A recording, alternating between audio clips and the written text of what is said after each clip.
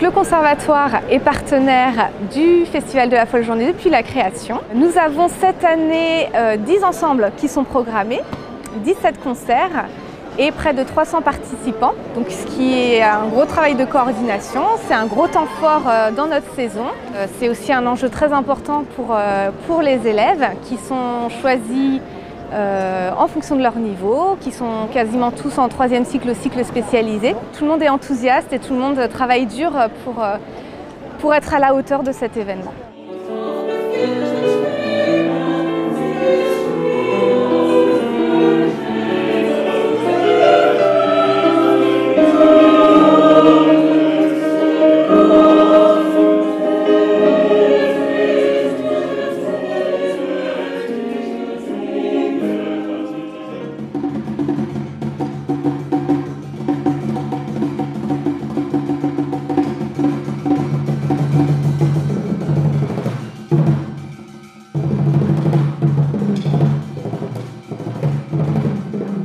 En termes d'effectifs, on est regroupé avec des musiciens de différentes catégories. Certains sont en classe de perfectionnement, d'autres en cycle spécialisé, voire même en 3e cycle.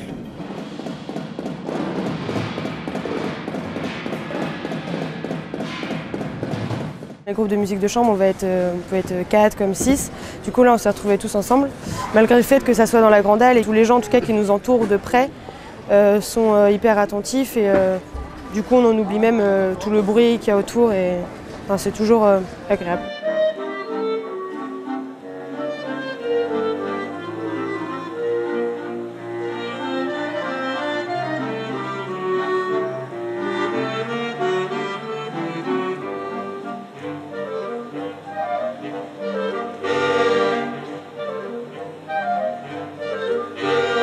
C'est une clarinette contrebasse, donc comme son nom l'indique, elle est très basse.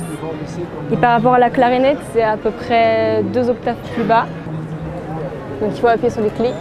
Et puis il y a beaucoup plus de clés là pour aller plus grave, pour ajouter des altérations, donc modifier la note. Moi à la base, je jouais beaucoup de basse, donc clarinette basse c'est moins grave que ça. Et mon professeur, Laurent Berthomier, m'en avait parlé. Il m'avait dit qu'elle arriverait au conservatoire. Et du coup, j'ai eu envie de l'essayer.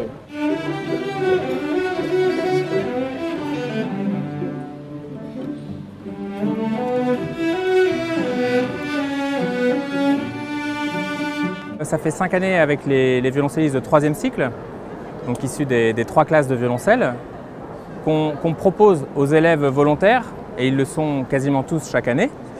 Et je dirais même volontaires et enthousiastes, parce qu'ils sont vraiment aimantés et galvanisés par le fait d'avoir un objectif à la Folle Journée, dans des conditions où, même si c'est le kiosque, parfois des groupes professionnels se produisent.